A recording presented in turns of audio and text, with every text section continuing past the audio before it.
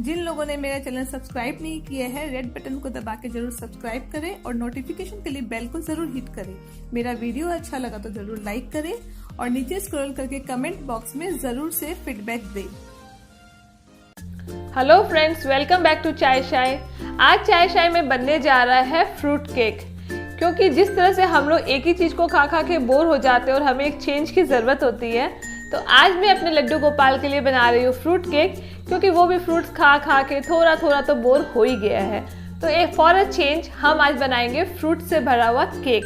तो चलिए शुरू करते हैं और वीडियो को ज़रूर पूरा देखिएगा।